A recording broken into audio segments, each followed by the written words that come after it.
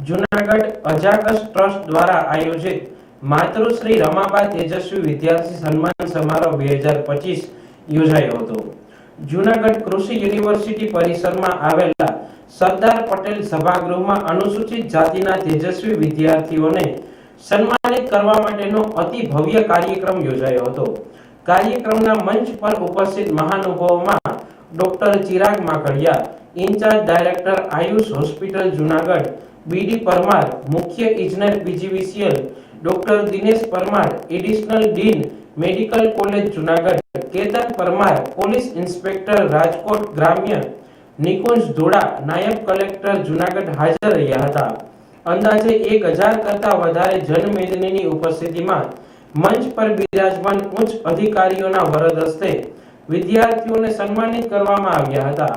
આ કાર્યક્રમમાં ડોક્ટર બાબાસાહેબ આંબેડકરના પ્રથમ સૂત્ર શિક્ષિત બનોને સાચા અર્થમાં સાર્થક કરવાની નેમ સાથે 106 વિદ્યાર્થીઓ કે જેઓ વિવિધ કક્ષામાં ધોરણ 8 થી સ્નાતક અને અનુસ્નાતક પરીક્ષામાં રેન્ક પ્રાપ્ત કર્યા હતા તેઓને શિલ્ડ, પ્રમાણપત્ર અને શૈક્ષણિક કીટ વડે સન્માનિત કરવામાં આવ્યા હતા।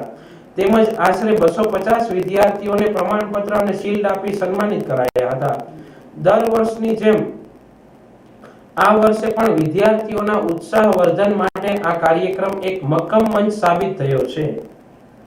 મંચસ્થ મહાનુભાવોએ તેમના પ્રેરણાદાયી વક્તવ્યો દ્વારા વિદ્યાર્થીઓને ભવિષ્યમાં વધુ ઊંચાઈઓ સર કરવા માટે પ્રોત્સાહિત કર્યા હતા।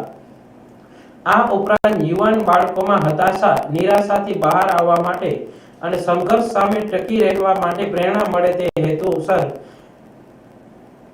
એનિમેટેડ દસ્તાવેજી ક્લિપ દર્શાવવામાં આવેલ હતી જે યુવાનોમાં નવું જોમ આપવાનું કામ કરશે તેવી આશા છે। અજાકસ ટ્રસ્ટ જૂનાગઢ તરફથી આવા કાર્યક્રમો દ્વારા સમાજમાં શિક્ષણ પ્રત્યે નવી પ્રેરણા જગાડવાનો સંકલ્પ વ્યક્ત કરવામાં આવ્યો હતો। કાર્યક્રમને સફળ બનાવવા માટે દાતાશ્રીઓ અને સમગ્ર અજાકસ ટીમ દ્વારા જહેમત ઉઠાવી હતી। કાર્યક્રમમાં સ્વાગત પ્રવચન સંસ્થાના પ્રમુખ મધુકાંત વાઢેર દ્વારા કરવામાં આવેલ અને કાર્યક્રમનું સફળ સંચાલન ઉદ્બોધક ઉમેશ ચાવડાએ કર્યું હતું। અંતમાં આભાર વિધિ સંસ્થાના ઉપપ્રમુખ એમસી પરમાર દ્વારા કરવામાં આવેલ હતી।